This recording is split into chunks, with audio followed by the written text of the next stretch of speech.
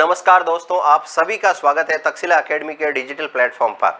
आज सभी विद्यार्थियों के लिए एक नई खुशखबरी आई है। एक नई सरकार के द्वारा एक भर्ती अभी जारी की गई है, वो भी बहुत बढ़िया बैंक के अंदर है। बैंकिंग में स्टेट बैंक ऑफ इंडिया यानी एसबीआई के अंदर एक नई विज्ञप्ति जारी हुई है और वह विज्ञप्ति क्या रहने वाली, बहुत बढ़िया विज्ञप्ति है। इसमें बहुत सारी पोस्ट हैं, लगभग 5000 के आसपास इसके अंदर आपकी पोस्ट रखी गई है। अब बात करेंगे अपन इस वीडियो के माध्यम से कि इसमें योग्यता क्या रखी गई है, इसमें वेतनमान क्या रहेगा, इसमें कौन कौन से एज वाले जो विद्यार्थी है इस फॉर्म को भर सकते हैं। तो इस वीडियो के माध्यम से अपन पूरी की पूरी चर्चा करेंगे ये जो एसबीआई की विज्ञप्ति आई है इसके ऊपर। तो आप सभी इस वीडियो के अंत तक बने रहें और आप देखें कि इस विज्ञप्ति में आपको तैयारी जो करनी है वो कैसे करनी है, इसमें पेपर का जो लेवल है वो कैसा रहेगा, क्या पेपर 1 होगा या पेपर 2 होगा, इसके बारे में अपन पूरी की पूरी इस वीडियो के माध्यम से चर्चा करेंगे। तो आप अपने मित्रों के साथ इसे शेयर अवश्य कर दें ताकि जो भी विद्यार्थी है जो बैंकिंग से रिलेटेड यानी जो एसबीआई से रिलेटेड हो, चाहे किसी भी बैंक में अगर एम्प्लॉय बनना चाहता है, तो अभी जो नई विज्ञप्ति जारी हुई है उसके माध्यम से वो अपनी तैयारी को बढ़िया तरीके से कर सकता है।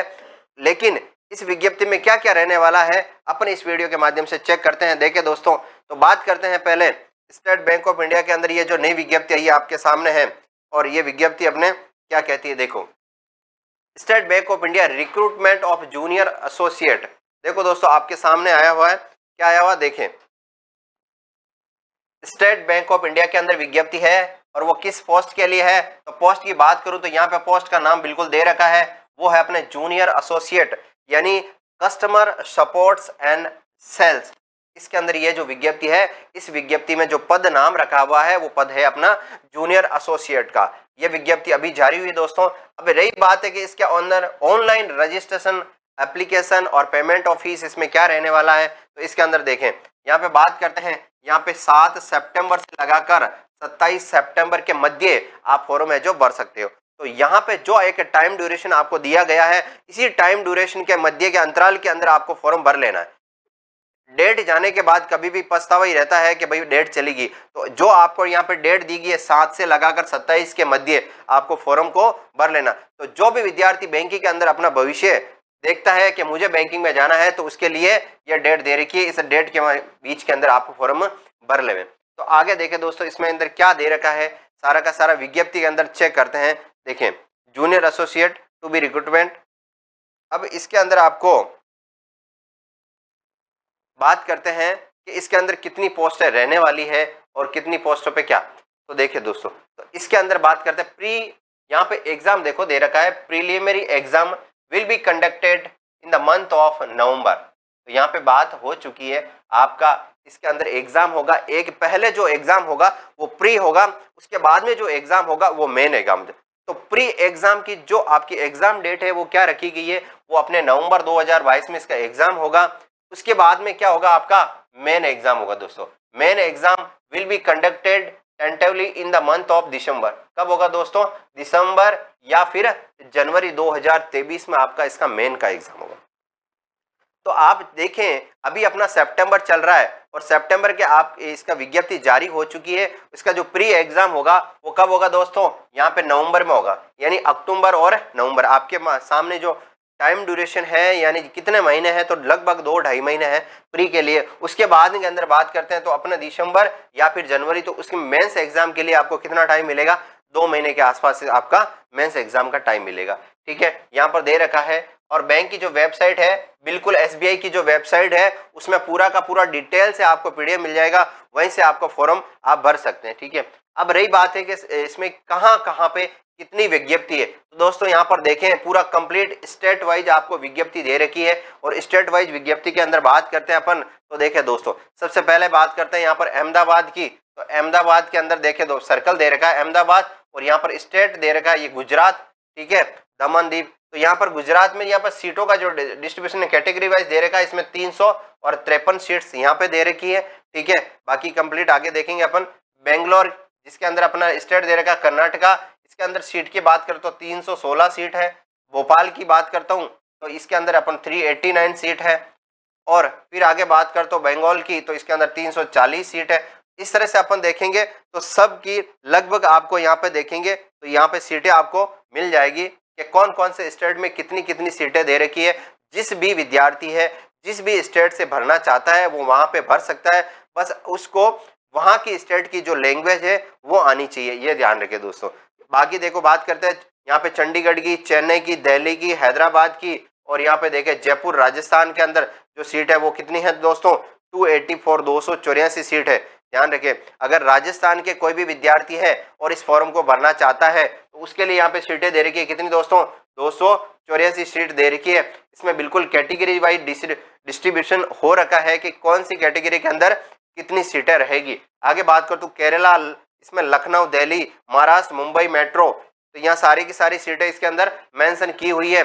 आगे अपन चेक करते हैं कि कितनी, तो आगे देखें दोस्तों यहाँ पर टोटल सीटों का जो है कि टोटल सीटें कितनी रहने वाली है, तो देखें टोटल सीटों की बात करो तो यहाँ पर देखें दोस्तों ये अपने पास में टोटल सीटें कितनी है, ये अपने पास में टोटल सीटें हैं और टोटल सीटें दे रखी है अपने पास में 5008 सीट्स कितनी है। तो यहाँ पे जो स्टेट बैंक ऑफ इंडिया यानी एसबीआई में अंदर जो विज्ञप्ति दी है अभी जारी है वो 5008 पोस्टें आपको जारी हो रही है, ठीक है। आगे देखते हैं दोस्तों यहाँ पर इंपॉर्टेंट जो नोट दे रखा है उसको अंदर देखते हैं क्या दे रखा। Vacancy reserved for OBC category are available to OBC candidate, अगर ओबीसी के जो विद्यार्थी हैं उसको रिजर्वेशन है तो ओबीसी कैटेगरी के अंदर वो बिल्कुल फॉर्म भर सकता है। नॉन क्रिमिलियर, क्रिमिलियर की अलग अलग इसके अंदर बिल्कुल मेंशन किया हुआ। आगे बात करते हैं, आगे देखें दोस्तों आगे इसके अंदर क्या रहने वाला, तो आगे बात करते हैं अपन इसके अंदर। बाकी देखो लो विजन वगैरह इसमें दे रखा है कि इसमें भी आईज की जो होती है विजन यानी आंखों का जो होता है 6/6 या किस तरह का रहने वाला, तो बात 6/18 या 20/60 ये भी है। इसमें एलिजिबिलिटी क्राइटेरिया क्या रहने वाला है और उसका एज लिमिट क्या रहने वाला, इसके ऊपर पहले अपन चर्चा करते हैं। देखिए दोस्तों तो बात करते हैं अपन एलिजिबिलिटी क्राइटेरिया के अंदर, ठीक है, एज लिमिट। तो यहाँ पर एज लिमिट देखो दोस्तों 20 साल से लगाकर 28 साल से मध्य के जो भी विद्यार्थी हैं इस फॉर्म को भर सकता है। यानी मिनिमम जो एज होनी चाहिए वो कितनी होनी चाहिए, 20 साल का होना चाहिए, और अधिकतम एज है वो कितनी होनी चाहिए, 28 साल का होना चाहिए। इनके मध्य जो भी विद्यार्थी है वो फॉर्म भर सकता है। रही बात है इसके अंदर अपर एज लिमिट की, तो अपर एज लिमिट है वो कैटेगरी वाइज डिस्ट्रीब्यूशन होता है। कैसे होता है वो सारा का सारा इसके अंदर मेंशन किया हुआ। SC ST वालों को 5 साल है, ओबीसी को 3 साल है, PWD जनरल EWS को 10 साल का है। इस तरह से आपको इसके अंदर दे रखा है, लेकिन मिनिमम जो अपने पास में दे रखी आयु एज वो है अपने पास में कितनी दोस्तों, ये 20 साल से लगाकर 28 साल के विद्यार्थी है जो इस फॉर्म को भर सकते हैं। देखिए दोस्तों आगे बात करते हैं कैंडिडेट, यहाँ पर नोट दे रखा है, जो नोट आपको स्पेशली पढ़ लेना, कहीं पे भी ऐसे नोट्स दे रखा है जो अपने काम का होगा। यहाँ पे देखें candidate seeking as relaxations are required to submit copies of necessary certificate. अगर मान लो किसी को भी इसमें कैटेगरी के अंदर यहाँ जो दे रखा है एज लिमिट के अंदर उसको अगर रिजर्वेशन चाहिए तो वहां पे यहाँ पे क्या करना पड़ेगा दोस्तों, उसको प्रूफ यहाँ पे पेश करना होगा। यहाँ पे बिल्कुल ये आपको मेंशन किया हुआ है। आगे बात करते हैं अब एसेंशियल क्वालिफिकेशन का मतलब ये कौन कौन से विद्यार्थी हैं जो इस फॉर्म को भर सकते हैं, कौन से विद्यार्थी है जो इस फॉर्म को भर सकते हैं। क्या इसमें 10th पास है या 12th पास है या ग्रेजुएशन है, तो देखें इसके अंदर बिल्कुल मेंशन किया हुआ है।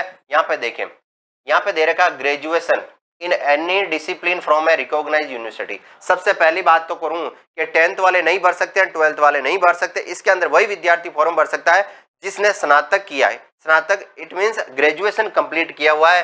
यहाँ ध्यान रखिए equivalence recognized as such a central government candidate having integrated dual course, ठीक है। आगे देखिए दोस्तों ये वाला आपके लिए इंपॉर्टेंट पॉइंट है। ये पॉइंट ये क्या कहता है, देखिए Dooj who are in final year semester of the graduation may also apply provisionally subject to the condition that if provisionally selected that will have to produce proof of having passed the graduation examination on or before 30 यानी 30/11/2022।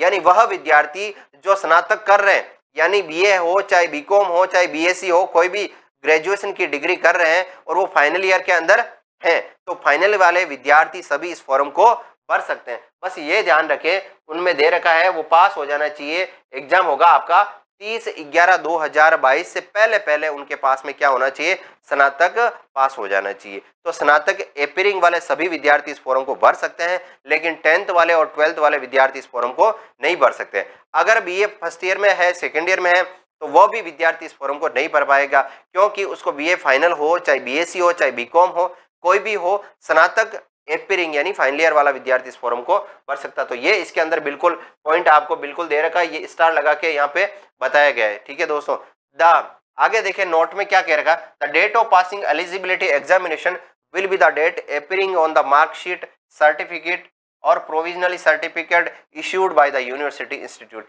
अगर कोई भी आप स्नातक कर रहे हैं तो बिल्कुल आपके पास में मार्कशीट होनी चाहिए, करेक्टर सर्टिफिकेट होना चाहिए, प्रोविजनली सर्टिफिकेट होना चाहिए, ये बिल्कुल इसके अंदर आपको मेंशन किया हुआ। आगे देख सकते दोस्तों, इसके अंदर मेन जो पॉइंट है अपन को विशेष रूप से वो जो चीजें अपन को ध्यान रखनी है वो चीजें अपन सबसे पहले देखते हैं। ठीक है, आगे देखते हैं, आगे इसके अंदर अपने पास में जो मेन चीजें हैं वो क्या दोस्तों। इसके अंदर देखो काफी विद्यार्थी हैं जो इसमें अंदर क्या करते हैं, इसमें वो होते हैं कि सर इसमें सिलेक्शन का जो दायरा है वो क्या रहेगा। तो सिलेक्शन वाला दायरा सबसे पहले अपन चेक करते हैं, इसमें से सिलेक्शन क्राइटेरिया क्या रहेगा। तो देखिए दोस्तों, सिलेक्शन का जो प्रोसेस है यानी एग्जाम पैटर्न है, वो एग्जाम पैटर्न क्या रहने वाला है। तो एग्जाम पैटर्न की बात करता हूं तो सबसे पहले सिलेक्शन प्रोसेस क्या रहने वाला। The selection process will consist of online test. सबसे पहले बात करूं तो आपका एग्जाम होगा वो कौन सा होगा, ऑनलाइन होगा, ऑफलाइन माध्यम आपका एग्जाम नहीं होगा। अभी बैंकिंग हो चाहे एसएससी हो, ये सब अपने एग्जाम कैसे कंडक्ट करवा रही है, ऑनलाइन एग्जाम कंडक्ट करवा रही है। तो इसके अंदर सबसे पहले बात करें तो सबसे पहले प्री एग्जाम होगा, उसके बाद आपका क्या होगा, मेन एग्जाम। यानी इसमें दो एग्जाम होंगे, पहले प्री एग्जाम देन उसके बाद मेन एग्जाम। क्या प्री और मेन वो सारे विद्यार्थी दे सकते हैं, नहीं दे सकते। प्री एग्जाम वही विद्यार्थी दे, प्री एग्जाम सभी विद्यार्थी दे सकते हैं जो प्री एग्जाम में क्वालिफाइड यानी जो प्री एग्जाम पास करेगा वही विद्यार्थी मेन एग्जाम को दे सकेगा। पहली चीज तो देखें, and test of specified opted local language, उसे अपनी लोकल लैंग्वेज बिल्कुल आनी चाहिए। बात करते हैं फेज फर्स्ट के अंदर, यानी कौन सा वाला प्री एग्जाम होगा, वो प्री एग्जाम में क्या क्या उसका एग्जाम पैटर्न रहेगा, क्या क्या सब्जेक्ट रहेंगे उसके ऊपर देखते हैं अपन। तो रही बात है इसका एग्जाम होगा, आपका ऑनलाइन एग्जाम होगा प्री एग्जाम। ठीक है, और उसमें भी किस तरह के आपके प्रश्न आएंगे, इसमें आपके ऑब्जेक्टिव प्रश्न आएंगे और ऑब्जेक्टिव में कितने मार्क्स का होगा, 100 मार्क्स का होगा और ऑनलाइन कंडक्ट होगा। और फिर इसके अंदर बात करें the test would be of 1 घंटा ड्यूरेशन, कंसिस्ट ऑफ 3 सेक्शन। तो बात करते हैं अपने पास में जो अपने पास में यहाँ दे रखा है कि जो 3 सेक्शन होंगे वो कौन कौन से सेक्शन होंगे। तो देखिए पहला सेक्शन है अपने पास में इसमें इंग्लिश लैंग्वेज का, यानी सब्जेक्ट की बात करते हैं तो सबसे पहला कौन सा आता है दोस्तों, ये आता है सबसे पहले अपना इंग्लिश का, ये ध्यान रखें। अब इंग्लिश की बात करें तो नंबर ऑफ क्वेश्चंस कितने होंगे, इंग्लिश में नंबर ऑफ क्वेश्चन होंगे आपके 30 यानी 30 होंगे। और बात करें मार्क्स की तो यहाँ पे कितने मार्क्स का होगा, 30 मार्क्स के होंगे। यानी एक क्वेश्चन आपका कितने 1 मार्क्स का होगा, 30% है आपके कितने 30 मार्क्स के होंगे, 30 नंबर के होंगे। टाइम कितना मिलेगा दोस्तों, 20 मिनट मिलेगा आपका। क्यों, ऑनलाइन एग्जाम होगा उसमें टाइम का यानी उल्टी घड़ी चलती रहेगी। आपको बस विशेष रूप से ध्यान रखना है कि मात्र आपको कितने 20 मिनट मिल रहे हैं और आपको इंग्लिश के कितने 30% सोल्व करने हैं। 1 मिनट का 1% नहीं होगा दोस्तों, 1 मिनट से ही कम में आपको करना है, ये ध्यान रखें। अगर मान के चले तो ये देखो 20 मिनट है तो आपको लगभग मान के चले 40 सेकंड के अंदर आपको 1% सोल्व करना है, ध्यान रखें। फिर बात करते हैं सेकंड की, तो सेकंड आपका था न्यूमेरिकल एबिलिटी। न्यूमेरिकल एबिलिटी का मतलब होता है आपका जो गणित के जो भी सब्जेक्ट है पूरा, उस गणित सब्जेक्ट के अंदर क्या क्या आने वाला दोस्तों, 35 आपके क्या है मार्क्स हैं, 35 क्वेश्चंस हैं, 35 आपका मार्क्स है और 20 मिनट है दोस्तों। ये तो और भी बढ़िया, यानी ये और ही चिंताजनक वाली बात हो गई आपके लिए। तो क्या है, टाइम आपको 20 मिनट मिल रहा है और आपके पर्सन कितने मिल रहे हैं, 35 मिनट मिल रहे हैं गणित के अंदर। जब आपसे इंग्लिश में 40 सेकंड के अंदर पर्सन नहीं हो रहा तो आप इंग्लिश मैथमेटिक्स में 40 सेकंड में कर लेंगे। मैथमेटिक्स में आपको कितना करना दोस्तों, ये बात करें अगर क्या 30 सेकंड के अंदर बात करें तो अपने पास में कितने होते हैं, 30 में बात करें तो लगभग अपने पास में हो जाते हैं यहाँ पे 40। ठीक है, तो अभी बात करें लगभग आपको देखो 1% अगर बात के करके चले तो यहाँ पे 1% लगभग आपको 30 से 25 सेकंड के अंदर आपको सोल्व करना है। ठीक है, तो क्योंकि 20 मिनट में आपको कितने 35% आएंगे और 35 नंबरों का सवाल है। रही बात है अगली बात करते हैं रीजनिंग के अंदर। रीजनिंग के अंदर अपने क्या आने वाला, तो रीजनिंग के अंदर अपने पास में नंबर ऑफ क्वेश्चंस है वो कितना आएंगे 35 आएंगे और मार्क्स की भी आपके कितने 35 है और मिनट कितने मिलेंगे दोस्तों, मिनट आपको 20 मिनट मिलेंगे। यानी टोटल की बात करूं तो टोटल अपने पास में इसमें कितना है, टोटल की बात करूं तो टोटल अपने पास में इसमें नंबर ऑफ क्वेश्चंस कितने हैं दोस्तों 100 है। नंबर ऑफ क्वेश्चन 100 क्वेश्चन है और 100 मार्क्स हैं और कितना 1 घंटा यानी 60 मिनट की। तो 60 मिनट में अपन को दोस्तों कितना करना है, ये सारा का सारा तीनों जो आपने स्ट्रीम दे रखी है, तीनों सेक्शन दे रखे हैं, इन तीनों सेक्शनों को अपन क्या करना है, तीनों सेक्शनों को करना है। अब रही बात है कि इसमें सिलेबस क्या रहेगा, तो सिलेबस की बात बता दूं दोस्तों, रीजनिंग के अंदर अगर सिलेबस की बात करें तो सिलेबस में पहले टॉपिक्स की बात करूं तो टॉपिक अपना आता है कोडिंग, डिकोडिंग है, इनइक्वालिटी है, सिलोजिज्म है यानी न्याय निगमन है, और उसके अंदर अल्फाबेटिकल यानी वर्णमाला सीरीज के टॉपिक्स है वो भी इसके अंदर आते हैं, और डायरेक्शन, ब्लड रिलेशन, और उसके अंदर order ranking, data sufficiency, seating arrangement, ये सारे के सारे टॉपिक्स इसके अंदर है। ये आपके रीजनिंग के अंदर ये सारे टॉपिक्स आने वाले हैं। ठीक है, आगे बात करता हूँ, अपने पास में ये मैथमेटिक्स है जो पोर्शंस है जिसमें 35% आते हैं, 35 क्वेश्चंस, उसके अंदर अपना सब्जेक्ट की टॉपिक्स की बात करूँ तो डाटा इंटरप्रिटेशन आता है जिसके अंदर बार, टेबल्स, चार्ट और ये रहते हैं, और मिसिंग और रॉन्ग जो नंबर सीरीज है वो आती है। उसके अलावा बात करता हूँ अपने पास में सिंप्लीफिकेशन, फिर उसके बाद अर्थमेटिक में जो वर्ड्स प्रॉब्लम्स है ये वाले टॉपिक्स अपने मैथमेटिक्स में रहते हैं। ठीक है दोस्तों, बाकी अपने टाइम एंड डिस्टेंस, स्पीड, ठीक है, पार्टनरशिप, ये सारे के सारे क्या इसमें ये रहते हैं। और जो अपने पास में ये कुछ एक है ये सारे टॉपिक इसमें कवर होते हैं। ये तो प्री एग्जाम जो होता है सो प्री एग्जाम में पहला इंग्लिश है, फिर आपका मैथमेटिक्स है, और उसके अलावा आपका रीजनिंग है। टोटल आपके कितने 100% आएंगे, 100 नंबर होगा, और आपको कितना 1 घंटा मिलने वाला दोस्तों, कितना 1 घंटा मिलने वाला। आगे बात करें, देखें दोस्तों क्या इसमें नेगेटिव मार्किंग होगी या नहीं होगी, तो ये भी इसके अंदर पॉइंट देखें आप, इसमें अंदर मेंशन किया हुआ each will have a separate timing as mention above, there will be negative marking for wrong answer. यहाँ पर क्या करा हुआ दोस्तों, देखें यहाँ पे बिल्कुल आपका नेगेटिव मार्किंग बता रखा है, और वो कितना है 1/4, यानी यहाँ पे 1/4 of mark assigned for questions will be deducted for each wrong answer, यानी 1/4 आपका इसमें नेगेटिव मार्किंग रहेगा। जो पर्सन आपको आते हैं 100% श्योरिटी के साथ में, एक्यूरेसी के साथ में कि ये मुझे आता है और ये मैं कर सकता हूं, तो वही करें। ध्यान रखें इसमें आपको बहुत ज़्यादा नंबर लाने की आवश्यकता नहीं होती, क्योंकि इसके आपकी कट ऑफ कम ही जाती है। उसी रिगार्डिंग बताता हूं आपको कि आपको जितने पर्सन आ रहे हैं वही करें, ज़्यादा तुक्के ना लगाएं। ध्यान रखें इसमें नेगेटिव मार्किंग बिल्कुल मेंशन की हुई है। आगे बात करता हूं, तो आगे इसमें देखें दोस्तों, ये तो अपना प्री का था। अभी बात करता हूं मेंस के बारे में। तो अभी देखो मेंस के बारे में, मेंस एग्जाम के अंदर इसमें क्या रहने वाला, तो मेंस एग्जाम के अंदर इसके अंदर क्या पैटर्न रहने वाला देखें। ये भी मेंस एग्जाम भी आपका क्या होगा दोस्तों, पहली चीज तो ऑनलाइन एग्जाम होगा, और उसके अंदर सब्जेक्ट की बात कर तो पहला आता है जनरल फाइनेंशियल अवेयरनेस। तो इसके अंदर क्या रहता है, तो इसके अंदर अपने पास में पहले प्रश्नों की संख्या देखें, नंबर ऑफ पर्सन आपके कितना आएंगे, 50 आएंगे, कितने अंकों का है, 50 अंकों का है, और टाइम कितना मिलेगा दोस्तों 35 मिनट। 50% 50 नंबर और 35 मिनट है ये आपके लिए। ठीक है, अब इसमें क्या क्या जी का आना, तो इसके अंदर आपका करंट अफेयर, सारा करंट अफेयर जितना भी है आपके 6 महीनों का, साल भर का, वो सारा का सारा करंट अफेयर, चाहे वो नेशनल है चाहे वो इंटरनेशनल है। ठीक है, ये सारा का सारा आपका इसमें से आपका आने वाला है। उसके अलावा स्टैटिक जीके आएगी, और उसके अलावा आपका इंडिया जीके आएगा।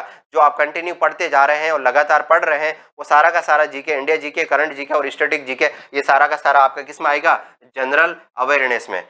सेकंड वाली बात करते हैं, सेकंड नंबर आता है आपका जनरल इंग्लिश। इंग्लिश के अंदर बात करेंगे, प्रश्नों की संख्या 40 है और नंबरों की संख्या आपका 40 है, और यहाँ पे भी आपको कितना 35 मिनट मिल रहा है। ये ध्यान रखें, इंग्लिश के अंदर 40% 40 मार्क्स, 1% आपका निर्धारित करता है 1 अंक। तो अपने पास में टाइम ड्यूरेशन कितना हो गया 35 मिनट। क्वांटिटेटिव एप्टीट्यूड का मतलब होता है ये अपने पास में जो गणित का पोर्शन है उसके अंदर आपके 50% आने वाले हैं, 50 अंक रहेंगे, और अपना टाइम ड्यूरेशन रहेगा 45 मिनट का दोस्तों। ठीक है, 45 मिनट का लगभग मान के चलें, 1% अगर आपको देना है तो लगभग 50 सेकंड के अंदर आपको 1% सोल्व करना होगा। ठीक है, आगे बात करते हैं रीजनिंग की। चौथा जो सब्जेक्ट इसके अंदर मेंशन किया हुआ सेक्शन वो है रीजनिंग एबिलिटी एवं कंप्यूटर एप्टीट्यूड। दोनों रीजनिंग भी है इसके अंदर और मेंस में अंदर कंप्यूटर भी है।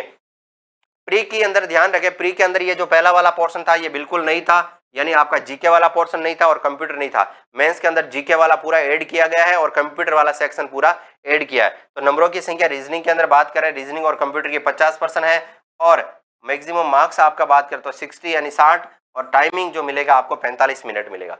टोटल प्रश्नों की संख्या आपके 190 यानी 190 है, और टोटल मार्क्स की बात करो तो टोटल मार्क्स आपके 200 यानी 200 है, और टाइम जो मिलेगा आपका 2 घंटा और 40 मिनट, यानी मेंस एग्जाम आपका 2 घंटे और 40 मिनट के अंदर आपको पूरा का पूरा कंप्लीट कर देना है, विद नेगेटिव मार्किंग साथ में रहेगा। और नेगेटिव मार्किंग आपको पहले बता रखी है कितनी होगी दोस्तों, 1/4 आपकी क्या है इसमें नेगेटिव मार्किंग है।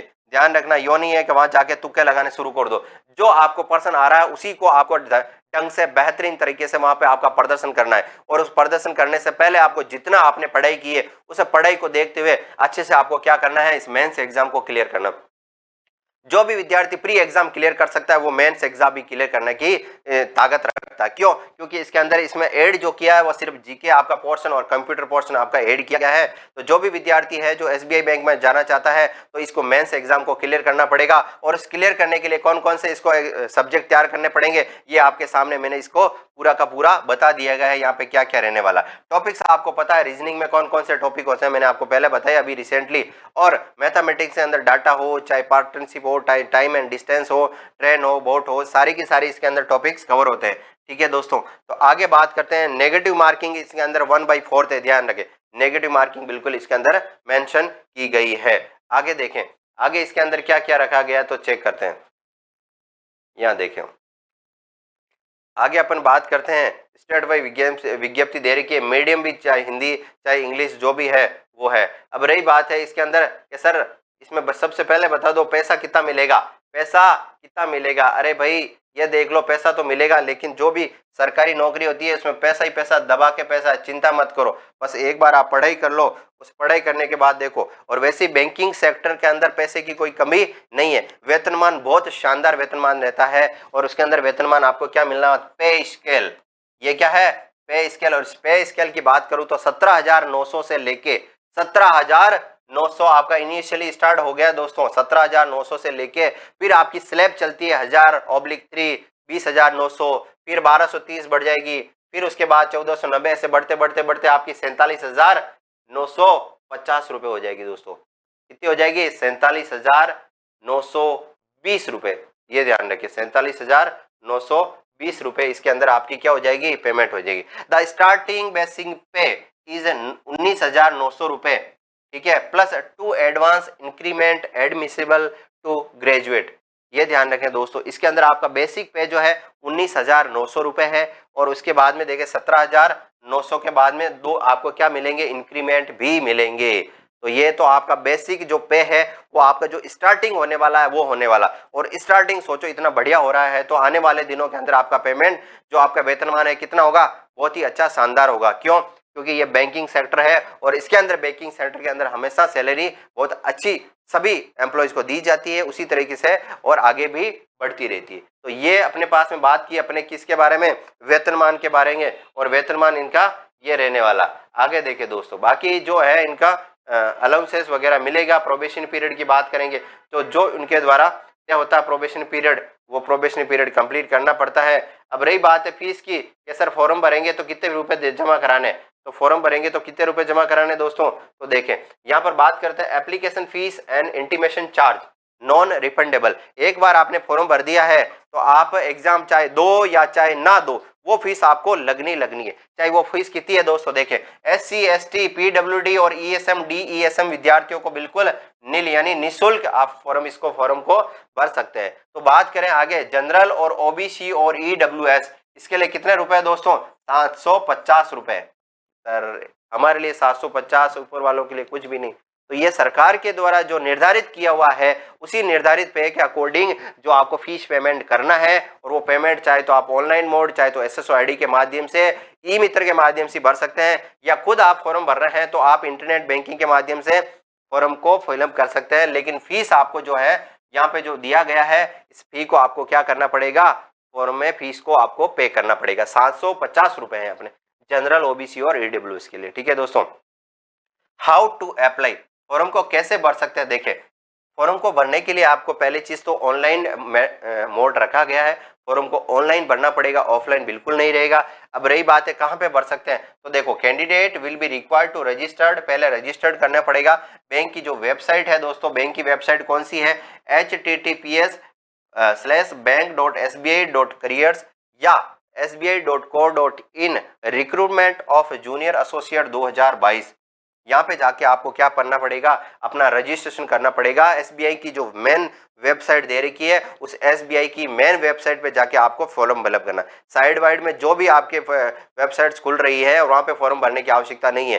जो मेन आपकी SBI की जो वेबसाइट है वहीं पे आपके जाके फॉर्म को अप्लाई करना है। ठीक है दोस्तों, आगे देखो हेल्प डेस्क के लिए भी यहाँ पे दे रखा, आपको यहाँ पे नंबर बता रखे, ये वाले नंबर, और इस बिटवीन टाइम भी दे रखा है 11 से लेकर शाम को 5 बजे तक आप वर्किंग डेज के अंदर आप है जो यहाँ पे बात कर सकते हो, कोई भी आपको दिक्कत आती है। तो candidate are advise not to forget to mention recruitment of junior associate 2022, ये ध्यान रखना, ये ईमेल आईडी है, ईमेल आईडी के अंदर ही आपको ये इस तरह का मेंशन किया होगा। आगे देखें, इसमें गाइडलाइन दे रखी है फॉर्म भरने की, वो गाइडलाइन तो बिल्कुल कोई दिक्कत नहीं है, आराम से आप पढ़ के फॉर्म को, गाइडलाइन को पढ़ के अच्छे से फॉर्म को भर सकते हैं। ठीक है, बाद में जब भी एग्जाम होगा आपका, ध्यान रखना दोस्तों, कॉल लेटर की बात करता है तो कॉल लेटर आपका जब भी जारी होगा वो ऑनलाइन होगा। एडमिट आपको ऑनलाइन एडमिट कार्ड निकालना है। उसके बाद में जब भी आप जाओगे एग्जाम देने, यहाँ बायोमेट्रिक आपका वेरिफिकेशन होगा।